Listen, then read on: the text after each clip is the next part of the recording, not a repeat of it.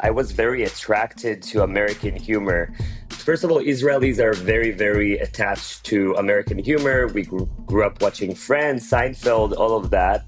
And I think I took it to the next level. I'm very, very much obsessed with American culture. Americans have the best humor. People will have criticism saying like, no, American humor is silly. I don't agree. I think it's really smart. Today's guest is Chaos, Elegance, Israel. Tel Aviv nightlife and IDF grit rolled into one dangerously funny man. He's the internet's favorite Jewish hurricane, Shahar Cohen. Comedian, creator, culture commentary, and the only man who can make you laugh hysterically and defend Israel, sometimes in the same sentence. This man doesn't just do comedy, he weaponizes it against ignorance, against anti Semitism, and sometimes against bad haircuts. He's on tour with his one-man show, My Life. He's going to be here in Chicago with us, and he's on today for a very special episode. We dive into Jewish identity in the age of algorithms, what Americans still don't get about Israelis, and why being funny is sometimes the only way to tell the truth. Buckle up. This is Jew and Stew, and today we're going full Sabra. Hi, Shahar. We are so excited to have you on today, and we are absolutely thrilled that you're coming to Chicago to perform at the City Winery in September. I wanted to kick off today's conversation. You studied economics and business in college, and then you've developed quite a successful following. Like, I think one of your highest videos on TikTok has over 1 million views. So how did we go from studying economics and business to comedy? And what did your parents say about this? Yeah, so first of all, thank you for having me. I always had the artistic side in me. I'm a 90s kid, so we always had the videos on camera and then putting them into tapes and watching ourselves. I feel like TikTok changed the world in a way that you could be discovered even if you weren't famous before. So when I finished the army, my goal was looking 10 years older. My goal was to have money. Like, I wanted to be stable. Okay. I wanted to have a career. I knew I had the realistic side, and I also had my artistic side. And I said, let's go study something serious. I need to mark check on it. I couldn't be this person. Like, we didn't have TikTok back then, so I couldn't be this person who tries and tries and tries and doesn't have like an ability to earn money and not to depend on my parents. So I went and studied at Hebrew University in Jerusalem, economics and business.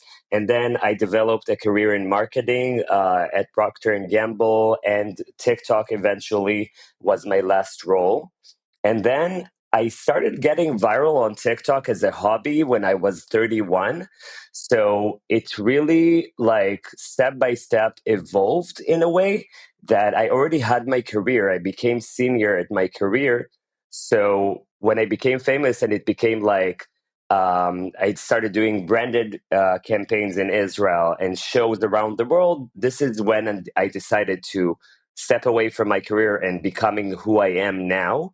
So I feel like for the end of the question, how did my parents react? They reacted in the most amazing way, I think, not only because they're amazing, but also because I'm not a regular story of like a person who like, I work really hard, but I didn't, like, I first did my thing with the serious career, and then it popped up when I was 31. So I feel like I have a different story than other people. I think that's so smart. I have a friend who is now pretty successful as a comedian as well, and her career was in PR. And she didn't even get into comics until her kids were like in high school, so later in life. But having that business savvy, like branding mindset, I think is just such a leg up when you are trying to promote yourself as a comic, because it is a business to market yourself. Exactly. It's like I think of myself as a brand, and a brand, like a brand, has a PR and whatever it is. Also, a content creator, a comedian, has the same things. I always say that. What made you realize Americans are so funny to imitate? I mean, because like we live here, we know how, we know the experience of birthright, but you have that unique perspective and you really crystallize that in your videos. They're hilarious when you do that. Yeah. So all of my life, I was very attracted to American humor. I was like, first of all, Israelis are very, very attached to American humor. We grew up watching Friends, Seinfeld, all of that. And I think I took it to the next level. I'm very, very much obsessed with American culture. I really like when you see me doing the American Girl, it's a mix of Monica and Rachel on Friends and like heroes I saw on Survivor reality show growing up, and I feel like I'm just like it's like you can't even explain when you're attracted to something and you love something. This is who you are. So I feel like Americans have the best humor. People will have criticism saying like, no, American humor is silly. I don't agree. I think it's really smart. I admire Seinfeld, Friends, and many more comedy when it comes to America, and I admire it. So I feel like it was always in me. Are there any like comedians that influenced you? American ones specifically, maybe like specific ones? Because like I know your tour is it's almost like you're standing up. It's almost like stand-up comedy. It's you, the microphone, the audience. I call it half entertainment, half stand-up comedy because the first half of the show is obviously Nofar coming on stage, opening the show, and then Shahar, and then me as a stand-up comedian. So when it comes to stand-up comedian influence, Jerry Seinfeld is, of course, the idol. I remember growing up in the 90s, my dad made us sit on the sofa and watch Jerry Seinfeld. At the beginning of every episode, there's Jerry Seinfeld with the jokes, and at the end of every episode, doom, doom, doom, doom, doom, doom, doom, doom, doom, doom, doom. I just love him. I feel like he's incredible and such a great inspiration. And many others, like many other comedians. I just love comedians. I like Anna Faris. I like Friends, all like Jennifer Aniston, Monica Geller, like Courtney Cox, Phoebe, Lisa Kudrow. Everyone are my influence. Everyone that I like. Your character you just mentioned, Nofar, for those of our listeners who aren't as familiar, can you describe Nofar? And then we'll play. I have a clip I'd love to play after you're done. Oh, okay. Will we see it together? Yeah, we will. Oh, I love it. Technology. Yeah, we're very advanced over here at Very Chicago Jewish. advanced. Yeah, we do editing. I love it. I love it. Well, actually, why don't I just play it now, and then you can Yeah. tell us about explain. this clip. Yeah, so give me 1 second. No worries. Why are you here? Just for a holiday. Which holiday? We don't have holiday right now. Oh, I meant vacation. Vacation or holiday, my life? wait, יוסי, יש איתה בעיה, בוא. מה הבעיה? היא אומרת לי שהיא באה להולידיי, אחרי זה לויקיישן. פספורט. לא ברור. ארטפיל זה יהודי? You are Jewish? Yeah, but What but? It's a yes or no question, my life. Yes. You eating kosher? Yeah, but again... So how many hours you keep between meat and milk? Did you ever eat cheeseburger? Well, so it's a yes. You have tried it before, I see this. Kapara, you hear we have Shake Shack. You come to Tel Aviv for Shake Shack? You like the gouda? They don't give you with cheese in Israel. This problem for you? רשמתי. You know what? I think I'm just gonna go home. Honestly, it's fine. Just keep the passport. Wait, don't run, Kapara. You single? יוסי, אתה אמיתי איתי? Yeah, so this video I made with my friend Zach, who is also a comedian, known Jewish comedian. So Nofar, let's describe her. Nofar, so it's like I'm taking a lot of responsibility representing Israel in my videos, but at the same time, when I represent America, I do like the very polite, very like asking for the cold brew and everything. Like we know not all Americans ask for cold brew, but I have to take a certain type of, right? So I have to take a certain stereotype. So I feel like Nofar is the Israeli stereotype of being very confident, very rude sometimes, very like sneaky and doesn't stand in line and being like sometimes very direct. But I feel like what I do make sure with Nofar and all my characters, they will never be political because when people talk politics, they're divided, right? They're divided, and I really want to unite people together, even if it's right or left wing or orthodox or secular. I really, really want to bring people together. So Nofar will never be political. She will never be super disrespectful to not make her like a mean person, because I really believe these are the Israeli people. We can be direct and we can be rude, but at the end of the day, we're good people. So I feel like she represents a certain stereotype of the Israeli girl, but I love Nofar, and I feel like everyone can see Nofar in them. You know, I love that answer though. But you say non-political, right? Unfortunately, in America, as a Jew outside of Israel, just being a Zionist is political in today's climate.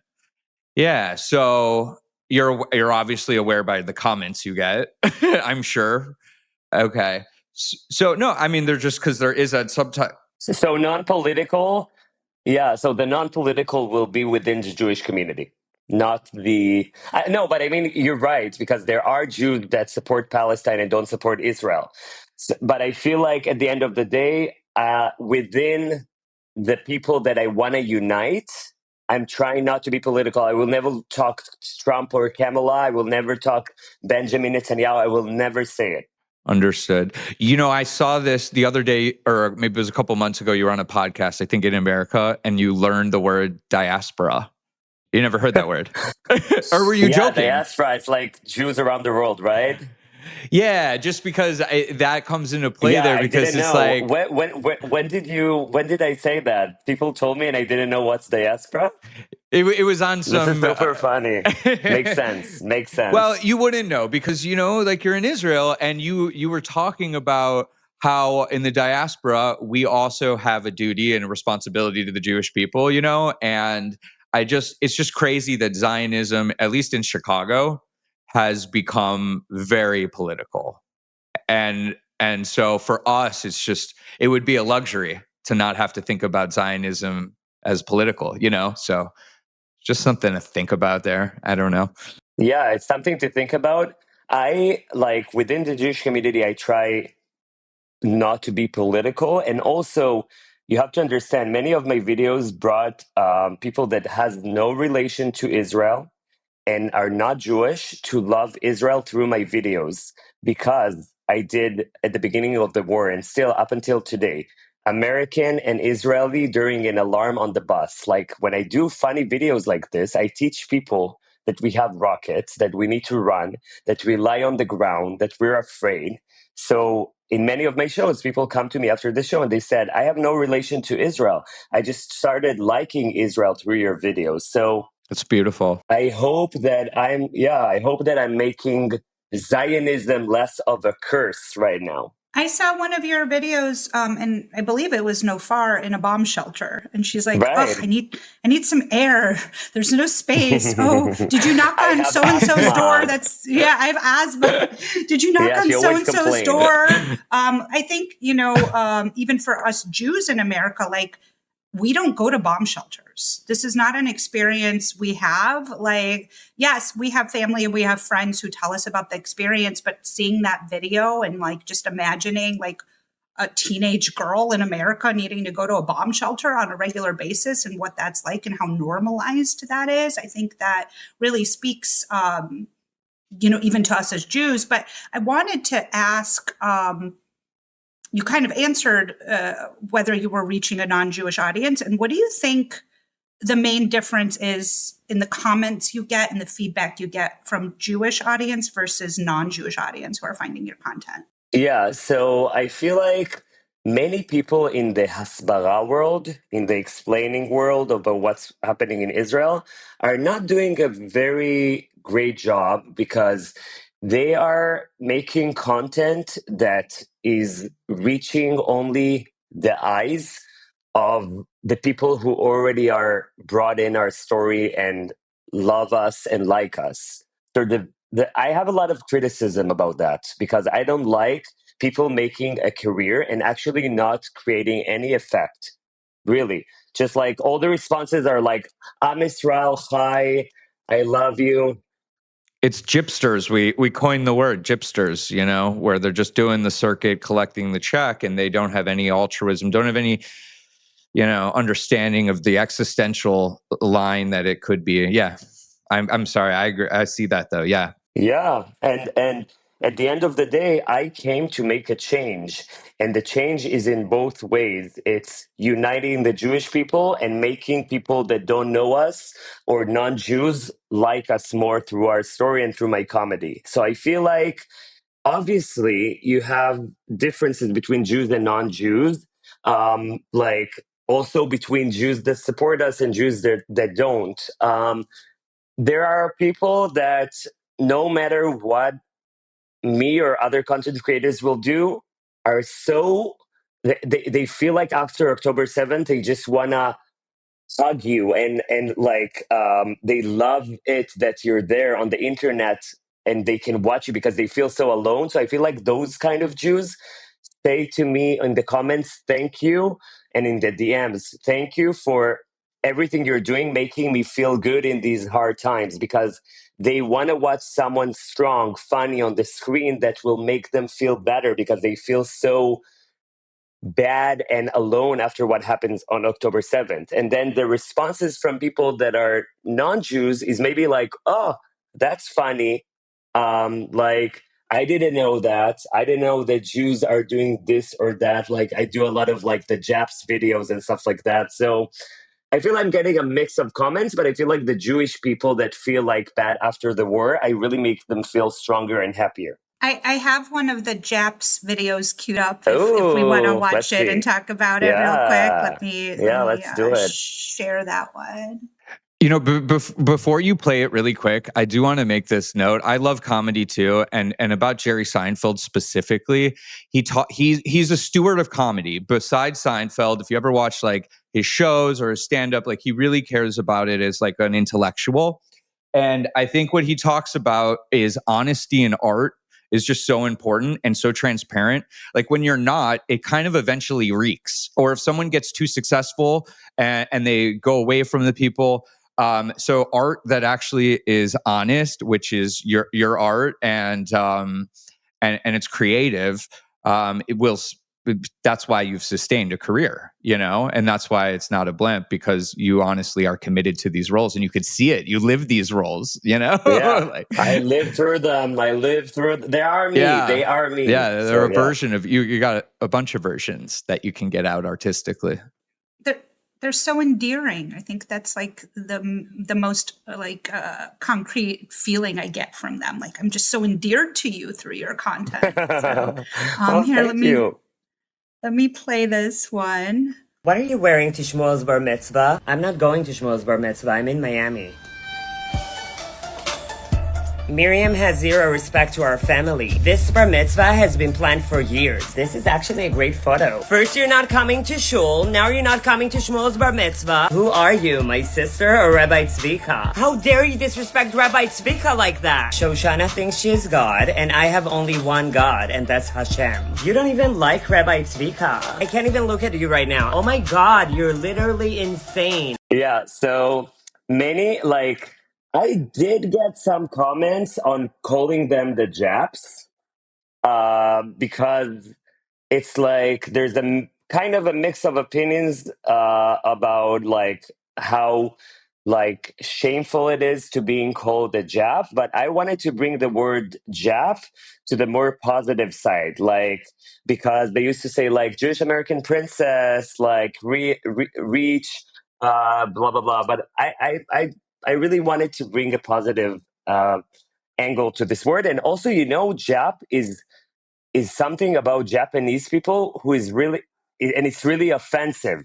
So I really thought about changing it to keeping up with the Goldbergs. But at the end of the day, people know I don't mean the Japanese people. And I really want to make the word Jap a better and positive thing. So how did you learn what a Jap is in America? Like we knew.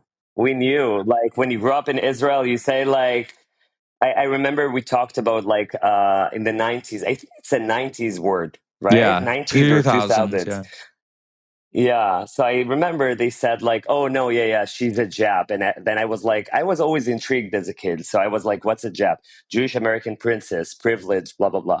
But at the end of the day, I think it's funny and iconic. Like Paris Hilton, for example, she's iconic to this day, and she's also privileged, rich, and like, so Or the yeah, let's own it, Kardashians, the or Jap.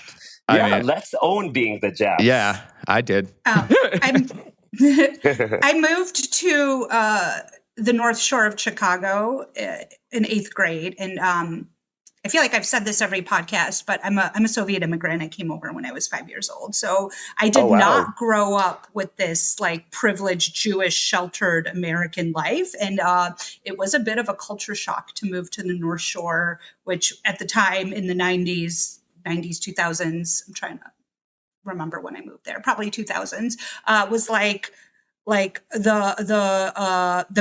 Mecca, the like, it was like where all the Japs were, and to Oh have walked really? into that, yeah, to walk into that culture was very interesting. And it wasn't considered a good thing. Like if somebody called you a Jap, like it was like, you're acting An spoiled, insult. it was an insult. So I love how you've leaned into not only these stereotypes but these insults in like such a positive way. And like I've watched Yeah. this video maybe like 20 times in the last couple days, like just prepping for, and I'm still cracking up watching it, Yeah, even though I've yeah. seen it so many times. So And talk about, this is also one of the first videos of the Japs. The storyline really continued because the mom joined, and there was like Miriam or Shoshana with the Yom Kippur thing with wearing leather shoes. So this is what is making Jews be seen in my videos. That's what people like. They like the fact that they see themselves in a viral video on screen, like not wearing leather shoes and all those problems that we have as a Jew,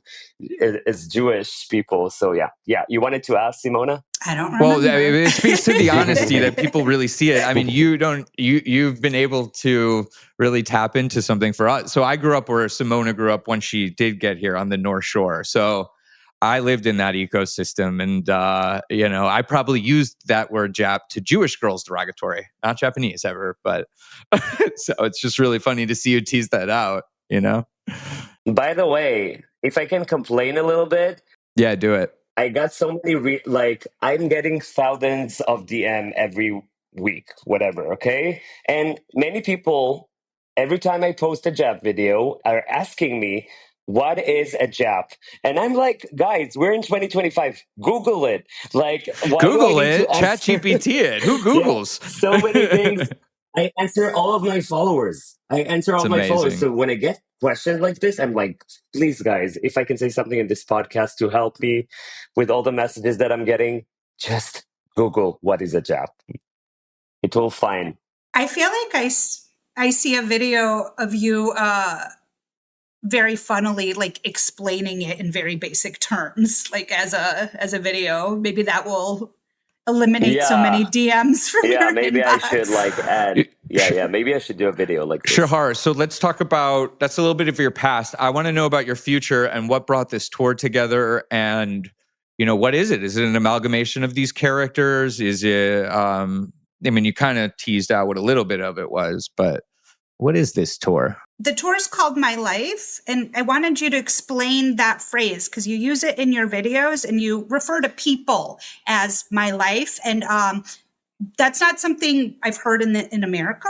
Like, we'll call people like hon My or love, love, honey, my babe. love. Yeah. So Yeah, can you dear. Yeah. explain the phrase? Yeah, so the phrase in Hebrew, actually, if you want to, everyone says my chaim sheli today in Israel. You can say chaim sheli in many ways. You can say like to someone when you're mad at him, chaim sheli, don't talk to me like that, okay? Or you can say like to make someone relax, you can say chaim sheli, everything is okay. Everything is okay. You can tell to someone when you love him, you can say like chaim sheli, I love you so much. So everyone uses chaim sheli all the time. A note, in the past, it used to be like a ghetto slang, Okay, like not everyone used to use this phrase. It could be like the elite people of Israel wouldn't say Chaim Sheli. But now I feel like, and you probably see it also happening in America, there's no, like, being ghetto now is cool. So I love it because everyone now uses Chaim Sheli. And also the old Ashkenaz people say Chaim Sheli, which I love. So this is about what is Chaim Sheli. And then when Nofar is talking to Americans in my videos, she started, Nofar really, when she's speaking English, she translates stuff directly from Hebrew. So for example, we have a phrase in Hebrew, Al ta'avod alai. Don't work on me. What is don't work on me? Means it's like a direct translation. Don't fool me. Okay? So Nofar also translates Chaim Sheli as my life. So when she wanted to tell an American, my dear, don't fool me, she told in one of the videos, she said like, my life, don't work on me. And then people just started flooding me with my life, my life, my life, my life, my life. And ever since then, every video when Nofar speaks in English, she says, "My life, I don't understand what you're talking about," or "My life, don't tell me what to do." Okay, so I feel like the "my life" thing became a big thing that I brought, and people say "my life." I getting tons of messages saying like, "I called my husband my life," "I called my wife my life," and then a merch of my life started, and my life show. And to answer your question, Daniel, the my life show started from gaining such a huge audience in North America. And they called me from Montreal and said, "You have a huge audience there in Montreal. I remember 2 years ago. Can you come for a show?" And I was like, what would a normal person do? Say like, "What do you mean? I don't have a show." But what did I answer? Of course. Yeah, I can come with my show. Okay, what is your show called? My life show. Then I invented this show. Yeah. So you said you want to hear more about it, so I can just continue with saying about this show. Well, I love that answer of my life, and it's kind of like when the first guy gave me a job, I did the same thing in healthcare. I lied and figured it out later. I mean, isn't that what we all do in life? That's how we get the opportunity, and then we figure You out jump how in, to make like that. if you have a baby, you got a baby, you got to raise it now, right, Simona? Yeah. You don't have a choice. It just lives in your house now. Yeah. In Hebrew, we have a phrase called "chartet bebitachon," and "chartet," I don't know how to translate this word, but it's lie with confidence. So, like, okay, they ask you something and you don't know how to do it, like, "chartet bebitachon." Yeah, I know how Seinfeld to did do the it. And same then thing, right? Not to always bring it back to Jerry, but I'm pretty sure NBC was like, "We need a show," and he was like, "Oh crap!" And him and Larry David just made one up. Yeah. just did it.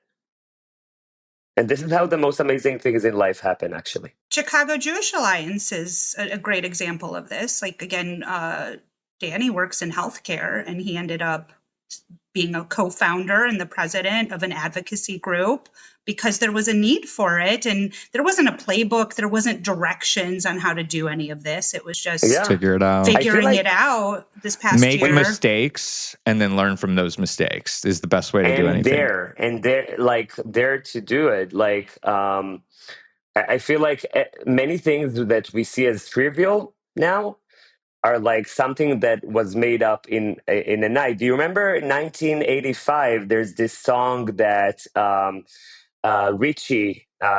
Richie, and "We Are the World." Oh, sure. We Michael are the people. Jackson. No, that's Michael Jackson. Yeah. No, the other one. Oh yeah, this one. There was a time.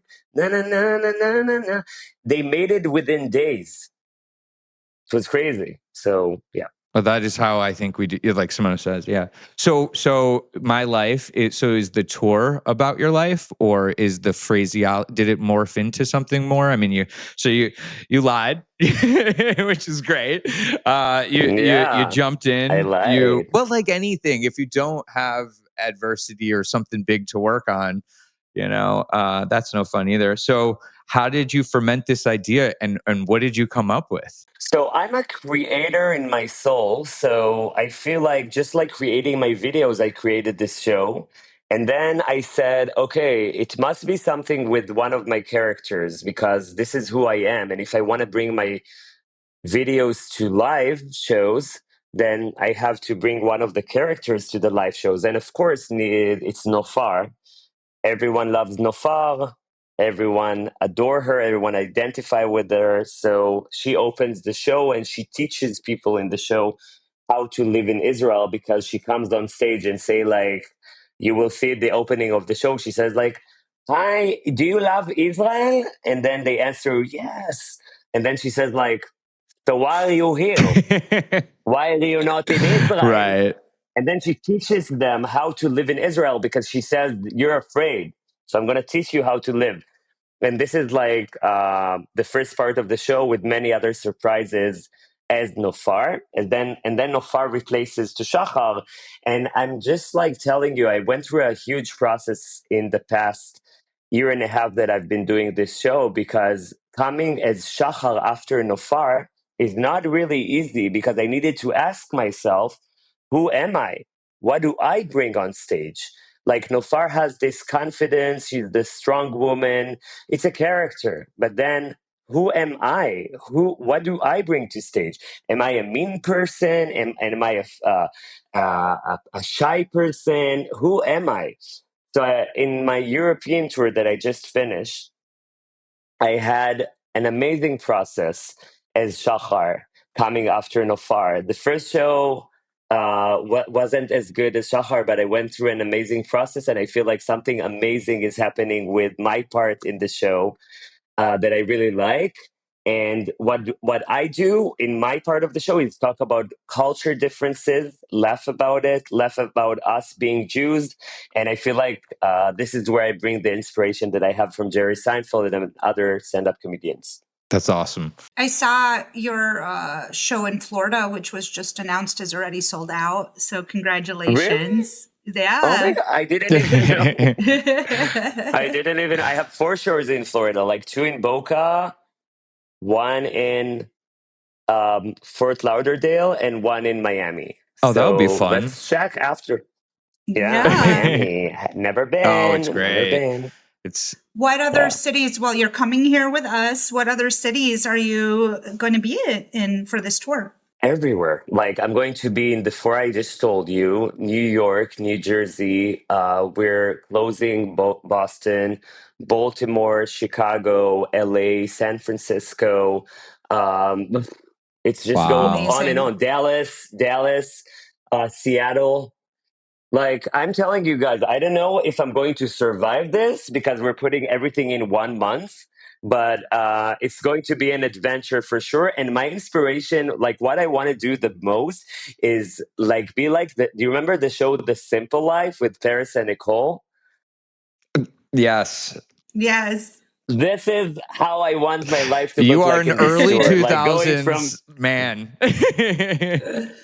I'm a 90s kid, and then the most iconic part is like 2000 to 2006, 7 with Lindsay Lohan, Paris and Nicole, Hilary Duff, all together. Yeah. This is our childhood as well. What year were you born? Yeah, I how love you're it. going to survive this? You're going to 1990. You're going to have to bring a lot of sugar water because, as you know, we don't have any. Sugar water, my favorite video ever. So good. I wanted to touch on something you mentioned. You mentioned Nofar opens up the show saying, "Do you love Israel? Well, then why are you living in America? Why aren't you living in Israel?" We hear this from Israelis a lot. Like, why are Jews still out in the diaspora? Why aren't Jews coming to live in Israel? So I wanted to get your take back on, like, do you think, like, we had a conversation with Sammy Yahud the other day, and he just made Aliyah to Israel as well, and he feels like all diaspora Jews, like, but we're like, as American Jews, and America being one of the strongest allies to Israel, like our presence in America. Like, what are your thoughts there? I think when Nofar says things, it's the character. Actually feel like the Jews in the diaspora is actually the most important thing that we have, because we can't be isolated in one place. We have to show our representation and our protection of Israel all around the world. So I feel like you even have a bigger role than we have, because when Jews are at schools teaching the next generation, and when Jews are in politics, and when Jews are in big companies that affect the market, we exist. So I feel like Jews in the diaspora should always be in the diaspora in addition to being in Israel. So I have no criticism about that.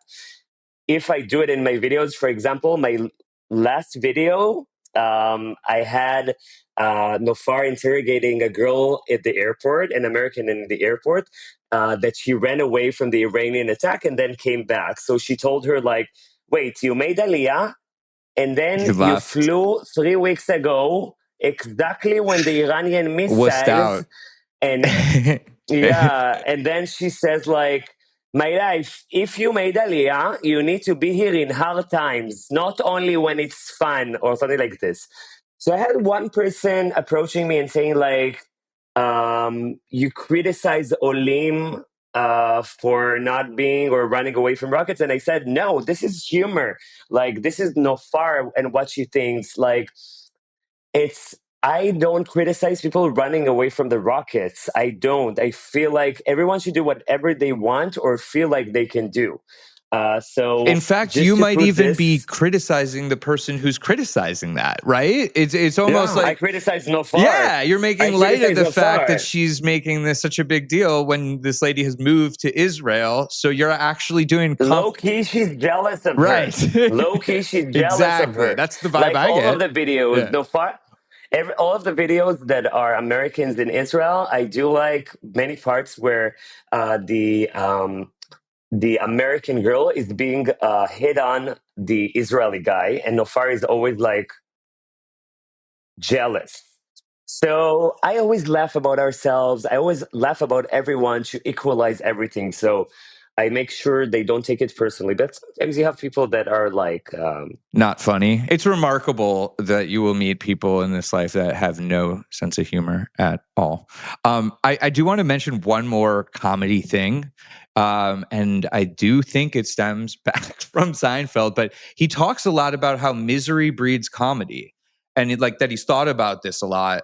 And then, when you think about the Jewish people and why we're so funny, you look at our history for 3,000 years, it's been miserable. And so it's been a cathartic way as a defense mechanism.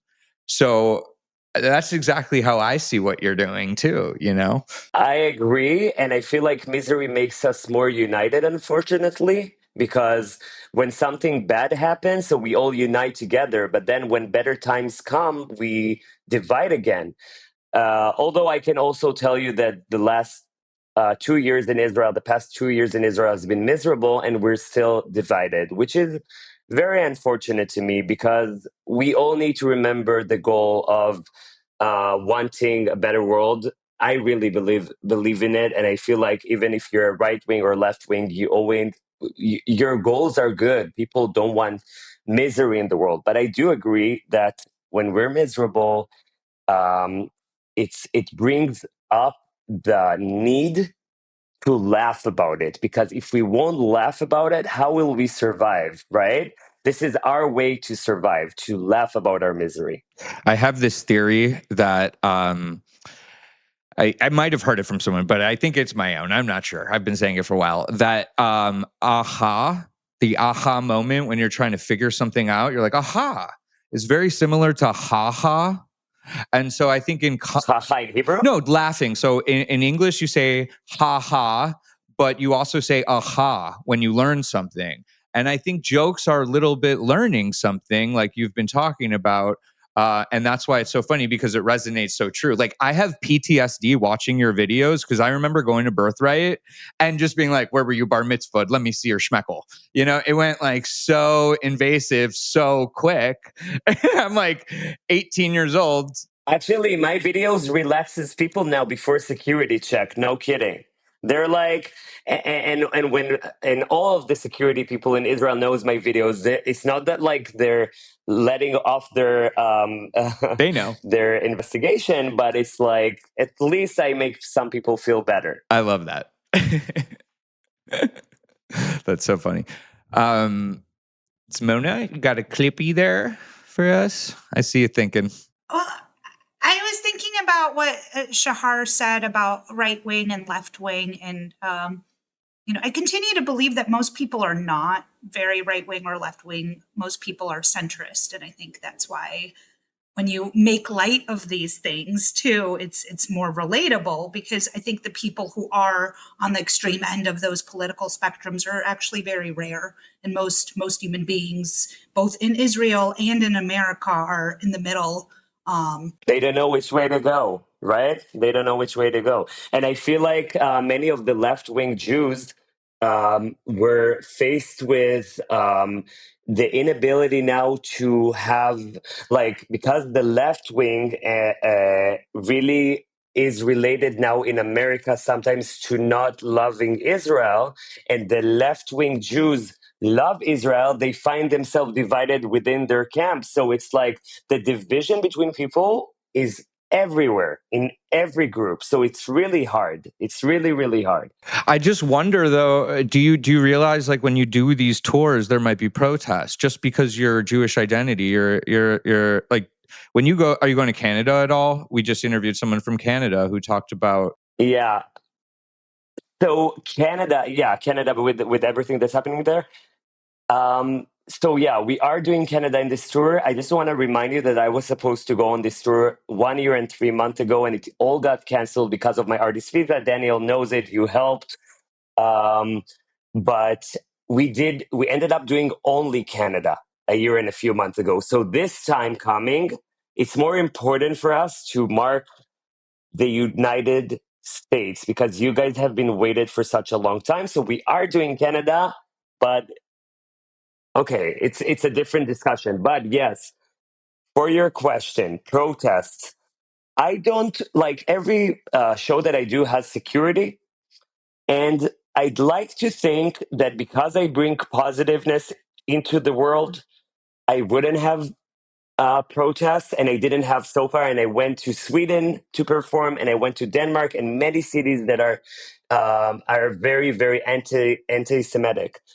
When you bring good to the world, I'd like to think that they won't come and I don't know and do hate, but you never know. You never know. So I can only hope. I think a lot of non-Jews right now don't realize how much security is needed for Jewish spaces and Jewish events. It's crazy. We hire off-duty police officers and on-duty police officers for all of our events now. My son was at a Jewish day school, and they had very extreme security measures. I'm on the board of my congregation, and the amount of our budget that goes just to security at a synagogue. And I don't think churches need to think about this the way we do right now as Jews. So it's a very serious topic, the security. It is.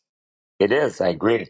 And until something, knock wood, happens, we sometimes don't realize that, like what happened in Washington with the couple that got murdered 2 months ago. That like when those kind of things happen, you say like, oh my God, it really happens. Like people are getting murdered for supporting Israel or being Jews. So I feel like we need to take it very seriously and make sure we're safe, but not be afraid at the same time to exist and show ourselves, because we can't hide. We can't hide. We did it Exactly in the Holocaust, and we can't do it anymore. Yeah, we can't hide, but we can't be naive about it either. We have to be ready and prepared. Yeah, because we had Modest Yahoo and Michael Rappaport's more punchy in the teeth kind of comedy, but we had protests at both, and we did. We had well, they were canceled. The shows were canceled actually. And for one of them, we brought Michael Rappaport back on him security, because to us, anti-Semitism is also silencing Jewry from the zeitgeist, making sure that Jewish voices are not in the conversation, whether that's any kind of art, comedy. We've had Zionist authors canceled. So we've done, and and that's really where we fit in here in Chicago, is we are on the front lines of that Jewish advocacy. So when they cancel an act, we will do everything we can to not only bring that act back, but make it bigger and better, and that's amazing. I love it. And I love Chicago. Yeah, we're so I've excited been for there you a to few come months ago. here. I'm so excited to come. I actually love the city. I remember that Michael Rappaport show. I was pregnant, and it was kind of stressful outside after the show. A lot of protesters showed up. We needed to be escorted to our cars by off-duty police officers to get through the mob that was happening outside of the Vic Theater. And it's just sad that this is the reality of how we're living. But I wanted to switch topics. Can we talk about the visa and how is it to get a visa to come perform in the United States? I know Daniel helped you get the visa for this tour. So Right. With one of the deal memos. Yeah. So actually, it was, I had a real breakdown last time around when I realized a few days before I went on the big tour that I don't have permission to legally perform in the States. So it took me also a year to prove that I'm a worldwide known comedian, known in the States, that I have articles, that I have paid partnerships and stuff like that. So it took almost a year, but I got it for 3 years. And to renew it afterwards is actually going to be really easy because I'm going to be working a lot in the US. So I'm really happy. It's like I have an opportunity now to live in the States, work in the States as a performer, which is amazing and very, very exciting. Not everyone gets this kind of visa, so I feel really proud of myself for getting it. What is Mazel what tov. is it? Like an artist visa? Is it different? Just out of curiosity. O1. Nice. It's O1. You flash Yeah, that it's the badge when you O1 get to visa. America. You show them that. Exactly. how did you prove to them that you are world known? How do you prove that to them? So you get letters from very known people to write about you. So, for example, Michael Rappaport wrote about me, He's such which a was mensch, that amazing. guy. Yeah. He's such It's an wonderful. amazing Such an guy. amazing guy. And I had, I do long partnerships already, 3 years with the Jewish agency. So they wrote a letter, which is a worldwide and very old known organization. And I have a lot, like, I'm one of the top content creators in Israel. So I had like dozens of collaborations to see that I'm a paid uh, content creator, and all of this together with the articles, with my numbers, who are legit. They actually investigate to see if you're legit, because everyone can buy followers today, but you can't fake the amount of comments, the amount of engagement, the amount of views that it's getting, like legit views. So all of that together summed up into getting the visa. I know we're getting towards the end here, but I do want to ask, like, you said TikTok was your go-to, and I mean, by now I'm like a CCP member. I get home, my mom's like, what shows do you watch? I'm like, there's a TV on behind my TikTok. I don't know what's on that. Yeah, exactly. But for the most part, it's been so anti-Semitic. And that's what we heard as like notes talking that, even when I go on anecdotally, look, there's 1.3 billion Muslims, more maybe. Yeah, half of the world, basically. We're outnumbered 2 billion. 2 billion, okay. 2 billion, I think, or 3 even, I don't know. 15 million Jews. So you are going to get lost. It's crazy how outnumbered we are. Yeah, like, so why did you think you could go there and just you're an anomaly in some ways to have so much success on that platform as a Jew, it feels like? So at my beginning before the war was getting very popular in Israel for my then versus now videos. I compared between life in the past and today. Then again, before the war, I did the America versus Israel, and content gets to people who wants to get it or wants to see it. So when I compared between Americans and Israelis, so at the beginning, I had many, many Jewish Americans like seeing this on their For You feed. I wasn't even intending on doing that. And then when the war happened, I had a goal of explaining what's happening here. So I could cry to the camera and say, like, hi, we're going through very hard times, but it doesn't work because I'm a comedian. So I said, what will be the best way to get to the American people or worldwide and explain what's happening here? So I did skits of Americans and Israelis during an alarm, and Americans and Israelis in a protest, or pro-Pallies in a protest, and how ridiculous is what they're saying, and stuff like that. And this is the way I got to people's eyes, because I started my videos with a hook that made them stay, and then I convinced them that we're the good people. So I feel like I brained the anti-Semitism of the platform, because I made my videos get to the people in a smart way.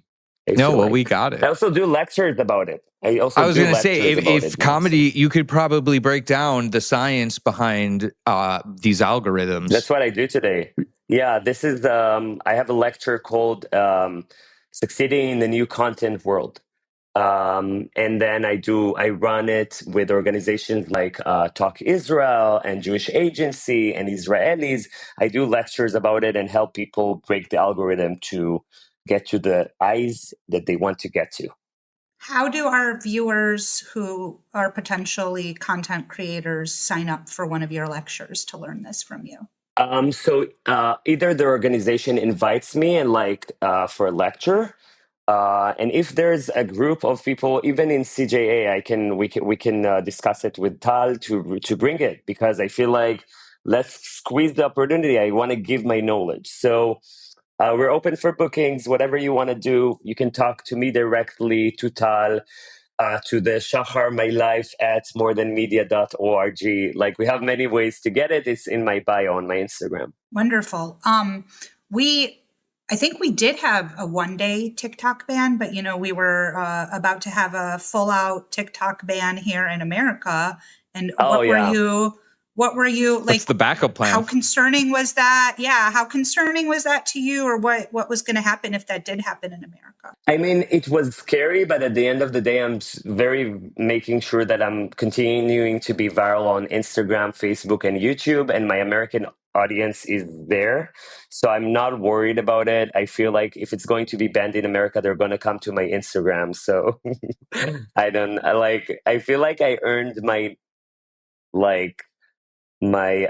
existence within the American. Yeah. So I'm not worried. Yeah. We got your content. It worked and we love it. And it worked. We're so excited to have you and bring you back here live. And so our fan base can actually meet you, Shahar. Amazing. I can't wait. I do want to let you know our teammate Ethan was the most enthusiastic and excited and really took on this booking at City Winery. Wow. He was the team lead for this. So I just want to give a shout out to Ethan to having this come together. We love you, Ethan. Was he on the group with us, Daniel, when we did the deal memo thing? Yes, he was. Yeah, I think I know him. We texted about how excited he is. Hi, Ethan. Thank you. Well, you'll see Ethan soon, and you'll see all of us soon, Shahar. We want to thank you so much for your time today, and love you guys. We'll see you soon. It's been such a pleasure. Much. See you soon. Let's have dinner. Let's have drinks. You got it. That was Shahar Cohen. Equal parts comedy, chaos, and chutzpah. If your brain's spinning and your sides still hurt, that means we did our job. From Tel Aviv taxis to TikTok cakes, Shahar reminds us that humor isn't just entertainment. It's resistance, it's reflection, and sometimes it's survival. If you've laughed, learned, or just questioned your life choices after hearing from Nofar Levy, you're welcome. Catch Shahar on tour in My Life, and trust, you will never look at a Jewish mother, an American opinion, or a hummus plate the same way again. Subscribe, rate, share with your cousin in Boca who still thinks Zionism is a furniture store. This is Jew and Stew. Until next time, stay loud, stay proud, And whatever you do, don't mess with Nofar. Shalom. Follow the Chicago Jewish Alliance to stay in the loop and subscribe to this podcast so you can see what's coming next. We're going to have speakers that represent the entire spectrum of the Jewish community, from philosophical thinkers, from soldiers, people on the front lines of advocacy work on universities. Thank you for being here. We'll see you next time.